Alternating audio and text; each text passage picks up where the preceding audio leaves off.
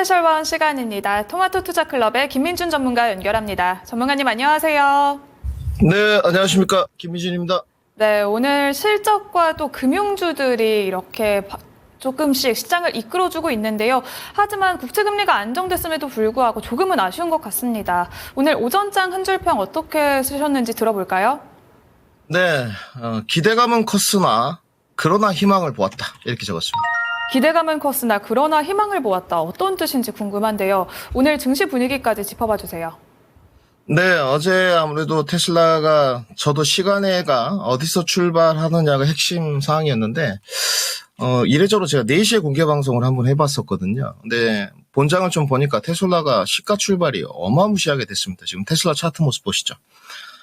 제 예상대로 종가 마감은 시가가 고가가 되지 않고 262불까지 올라가고 260불 마감됐는데 위에 지금 벌써 이제 270불 고지가 보이거든요. 일단 좋은 점부터 테슬라는 매출액은 줄었지만 주당 EPS가 잘 나왔다는 부분, 그리고 여기 지금 원형을 2개 표시해 놨습니다. 지난번에 갭 팔아가고 210불에서 220불까지 지지력 테스트를 갔지만 거기를 갭으로 띄웠다는 부분. 그러면 이 갭 두 부분은 여러분들 강력한 이제 지지 라인이 되겠죠. 즉 넘어갈 때 단기 저항선을 240불까지 보고 최대치를 240불까지 상승 동력을 봤는데 어제 시가가 240불 위에서 출발함으로써 260불 마무리가 됐는데 이제 240불은 저항 지지 역할을 할 겁니다. 지지 역할. 그리고 거래량이 대거 실렸다는 부분이 이제 테슬라가 270불을 넘어서 추세선 돌파를 할 수 있을 것이냐. 지금 테슬라의 주봉 모습입니다. 이러한 부분이 물론 매그니피션트를 좀 봤을 때 세븐을 테슬라가 시가총액이 그렇게 많이 크진 않습니다. 그 종목으로 제한하면 여전히 이제 선물 차트 모습인데 25,000은 못 넘어간 모습이죠. 21선에서 살짝 반등. 오늘도 마찬가지입니다. 큰 동력이 없으면 넘어가기 힘들다고 보여져요. 25,000은.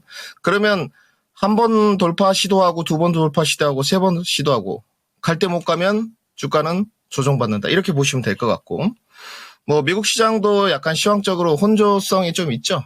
워낙 미국의 계속 말씀드리지만 미국의 위상이 예성 같지 않아요. 네, 누가 그 대선 후보가 되던 간에 미국의 국가 부채가 계속 늘어나지 않겠느냐. 이게 핵심 문장입니다.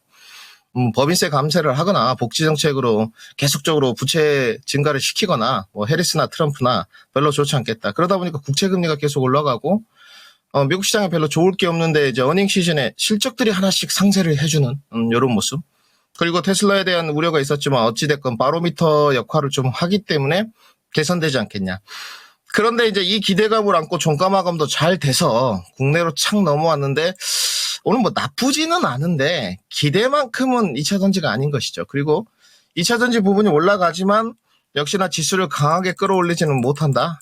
그 이유인즉슨 역시나 이제 삼성전자가 좀 떨어졌기 때문이고 이따 보겠지만 오늘 정말 중요하죠, 여러분. 앞으로 이제 삼성전자의 저가 반등 리바운드냐, SK하이닉스의 허들 돌파냐, 이 부분이 남아있는 부분이고 결국은 테슬라만큼 동력이 좋지 않았다는 부분은 어딘가 수급이 흩어졌다는 부분이고 2차 전지가 강하게 반등세가 테슬라만큼 안 나온다는 이유는 미 대선에 대한 관망세가 아직도 있고 코스피로 봤을 때 2600선 안착이 안 됐다는 부분. 그게 계속 강조드려요. 2600선. 2600선 돌파가 되면 한 2650, 2700까지 열리지만 돌파가 안 되는 이상은 하락으로 2550, 2500까지는 최소입니다. 열어놔야 된다. 요렇게 좀 보여지고, 요렇게 보여지고.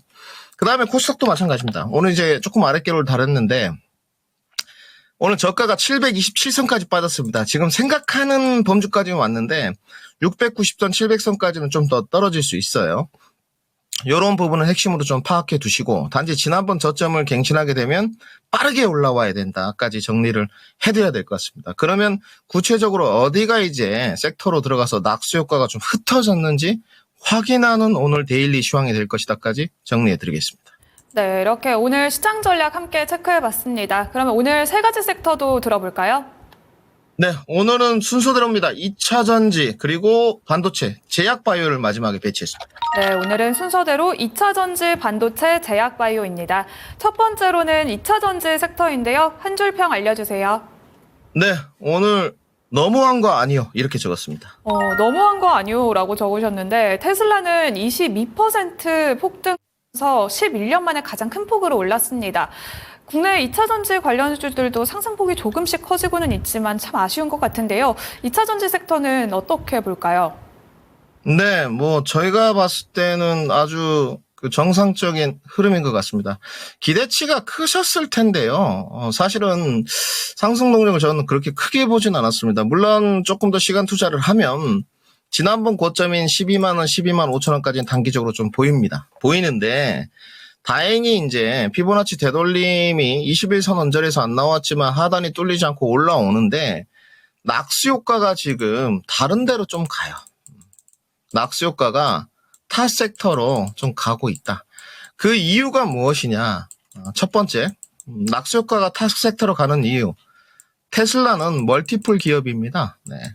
즉, 테슬라가 바로미터 역할을 하지만 2차 전지의 전기차만 갖고 있는 부분이 아니거든요. 자율주행도 갖고 있고 여러분, 스페이스X의 우주항공도 갖고 있기 때문에 이런 섹터로 지금 타 섹터의 낙수 효과가 가고 있죠. 실제로 그러하냐? 2차 전지 좀 보기 전에. 오늘 사실은 뭐 현대오토에버 이것도 좀 오르고요. 사실 오를 이유가 없죠. 근데 테슬라가 자율주행을 갖고 있기 때문에 테슬라가 주가 반등에 커플링으로 가는 거고. 오늘 넥스트 칩 13,400원까지 차트 모습 참 이쁜데 오늘 3.76%. 스마트 레이더 시스템. 오늘 이것도 5% 넘게 올랐다가 3.67%. 여기에다가 여러분 아모그린텍. 그죠? 테슬라 관련주죠. 12% 단기 반등. 7,000원. 오늘 많이 올랐죠. 12%니까. 명신산업. 오늘 10% 넘게 올랐다가 지금 12,910원에 7.4%. 그러니까 이쪽으로 낙수 효과가 흩어지고 있죠. 네. 아마 분명히 여기를 공략하신 분도 계시겠죠. 테슬라에 분명히 모멘텀이 있고 연동관계가 있는 종목들이기 때문에 마냥 2차 전지만으로 오지 않고, 그리고 저는 오늘 2차 전지를 바라보면서 예전하고 확실히 평가가 틀려졌고 잘하고 있다. 우리 주주들이. 왜냐? 중장기적으로는 계속 우상향 되겠지만 투심이 반증을 하는 게 오늘 이 모습들은 여러분 오후가 일단 첫 번째 장중에 지금 가장 중요한 게 오후장이 가장 중요하고요. 개인들의 투심은 차익 실현입니다. 네. 그러니까 지금 개인들의 투심이 중장기적으로 가는 사람이 뭐 나중에 훗날에 결과 평가를 받고 더 큰 수익이 나겠지만 오늘 시가 언저리가 고가가 됐어요. LLF 모습인데 오늘 시가가 105,100원. 고가가 여러분들 107,000원 정도. 그죠? 그래서 주가는 4.8% 올랐지만 음봉이에요. 이게 뭐죠? 빠르게 시가 돌파 안 하면 다시 내려온다. 그리고 오늘 계속 또 한 번 강조드립니다. 뭐다 여러분? 종가 마감이 중요하다. 그리고 개인 투심은 차익 실현을 쏟고 있다. 피보나치 되돌림 부분 이 8만원 언저리까지 안 왔지만 21선 뚫리고 9만원까지 떨어지니까 이제 매수가 들어온단 말이죠. 근데 싹 오르니까 차익 신호로 내던지는 거죠. 챙기고 빠지겠다는 거죠. 어떤 이유가 있겠죠. 전방산업에 대한 업황을 좀 어둡게 본다든지 등등이 있을 것 같은데 가장 그 근본적인 큰 이유는 미대선 변수죠. 나 이거 불안해. 이런 거죠. 그래서 제가 어제도 지금 핵심은 미대선 이후에도 가져가겠다. 밑으로 뚫리면 받겠다. 이 접근 기간에 대한 방법을 완벽하게 설정하셔야 됩니다. 전문가라면 또 제시를 해야 되는 것 같고 저는 트럼프가 되더라도 계속 끌고 가는 전략을 선택했습니다. 단지 이제 그 낙수 효과가 좀 흩어지다 보니까 너무한 거 아니요 이런 이야기가 나오는 거고 한 문장으로 정리하면 테슬라가 급등을 갔지만 뭐 멀티플로 자율주행이나 뭐 전기차 관련주로 수급이 나눠갔다는 부분 그리고 긍정적인 측면은 시가가 고가의 저항에 막힌 것일 뿐, 아직도 중장기적으로는 나쁘지 않게 보고 있고요.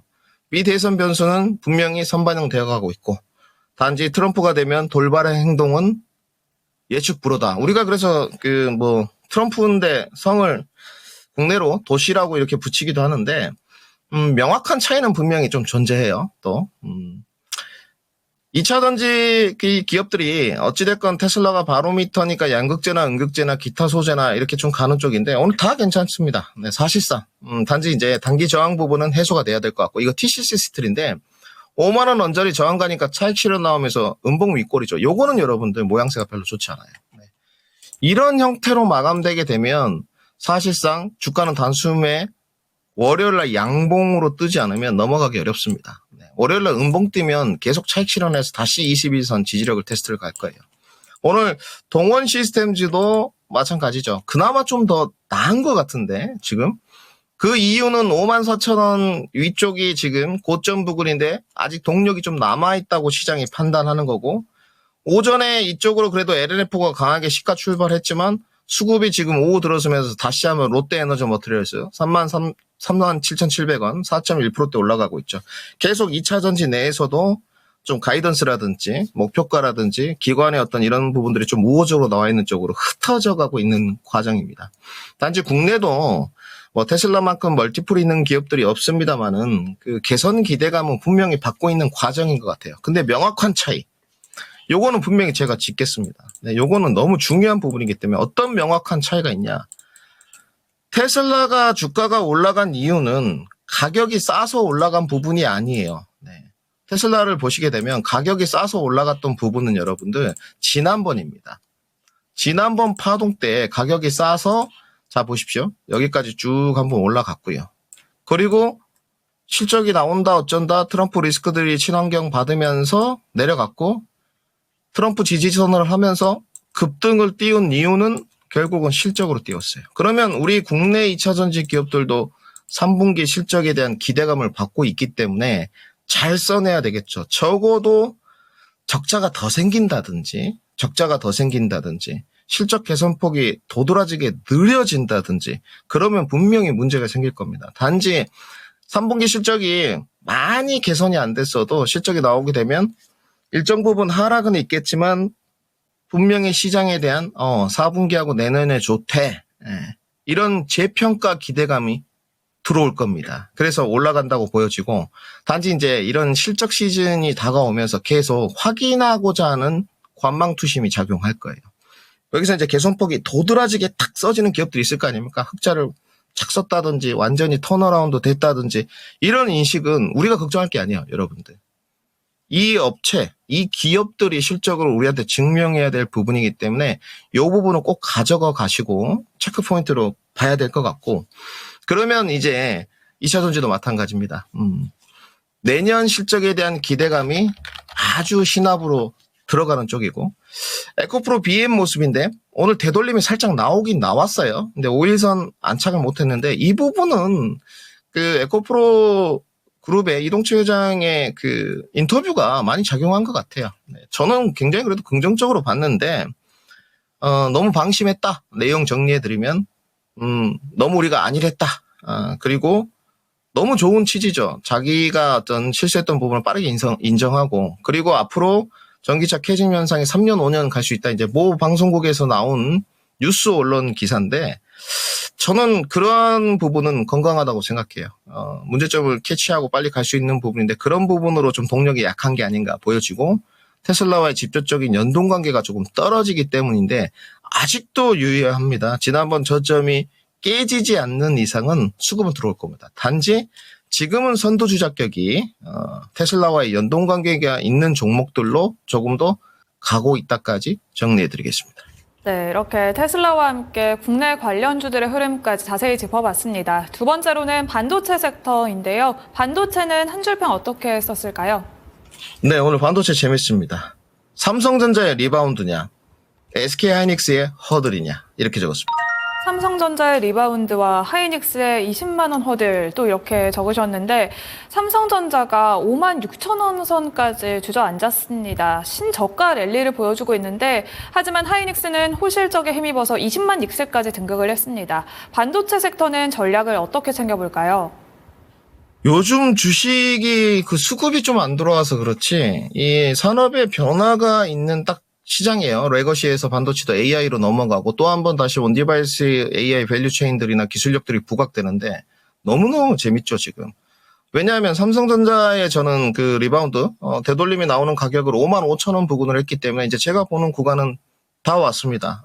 제가 보고 매크로 변수나 대외 변수가 정리되면 뭐 요 시간에 우리 구독자분들이나 시청자분들을 위해서 추천도 좀 때려보겠죠. 그런데 이게 너무너무 재밌는 게, 이제 제가 이제 뭐 지칭하는 거지만 SK하이닉스가 지금 챔피언인데 오늘 여러분들 음봉 윗꼬리로 마감되면 결코 좋을 일이 없습니다. 네.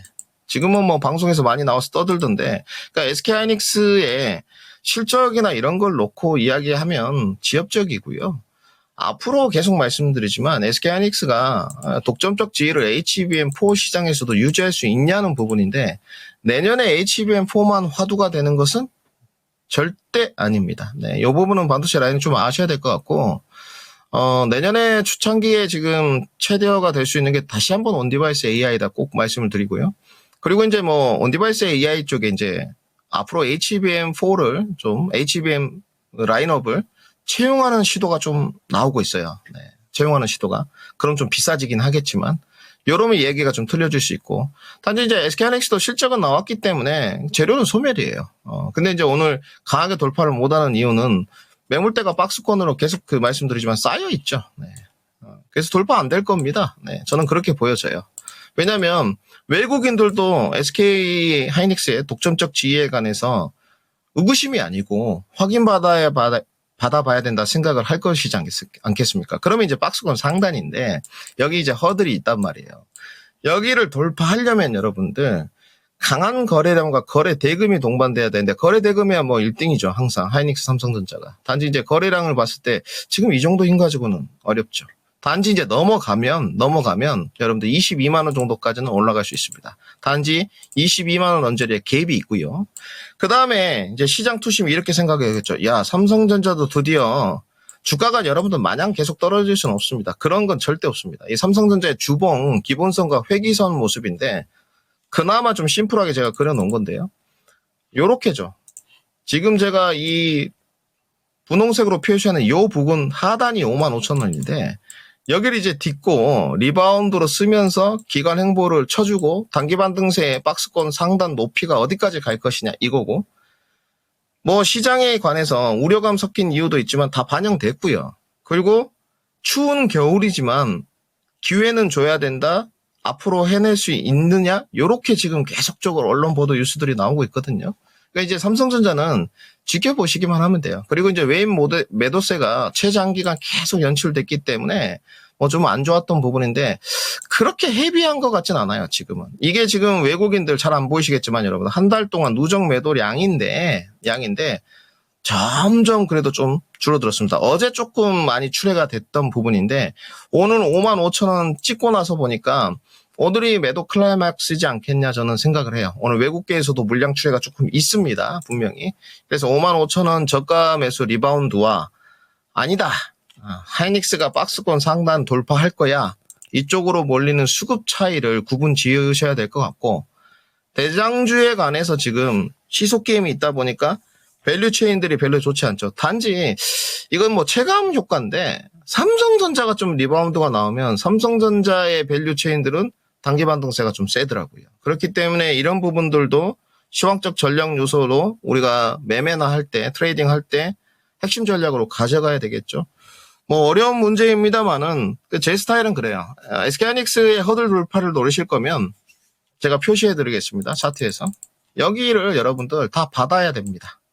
그런 말씀 하시는 분들 가끔 있거든요. 떨어지면 더 받지. 그렇게 쉬운 문제가 아니에요. 네. 왜냐면 종목들이 좀 물려있단 말입니다. 개인 투자자의 속내를 부정한 듯한 발언들을 하시는 분이 가끔 있는데 자금이 있는 사람은 여유가 넘치겠지만 그렇지 않단 말이죠. 네, 이거는 팩트입니다. 네. 그래서 저는 삼성전자에게 기회를 한 번 더 주시라. 요즘은 다 돌아섰어요. 삼성전자를 뭐 두세 달 전에 우호적으로 보던 사람도 다 돌아섰는데 저는 삼성전자의 업력과 그리고 지금의 인적 쇄신과 조직 문화 개선, 그 다음에 디램의 어떤 파운드리 인력 파견 이런 횡보의 모습을 봤을 때 55,000원에서 리바운드는 한번 투자 관점에서 들어가 봐도 되지 않겠느냐까지 정리해드리겠습니다. 네, 반도체 투톱에 대한 자세한 설명 들어봤습니다. 마지막으로는 제약바이오 섹터인데요. 제약바이오 한 줄평 알려주세요. 네, 뭐 웃기게는 못할 것 같고요. 저는 어울리지 않아요. 삼바 좋은데 중소형주 흐름이 중요하다 이렇게 적었습니다. 삼바 좋은데 중소형주 흐름이 중요하다라고 적었습니다.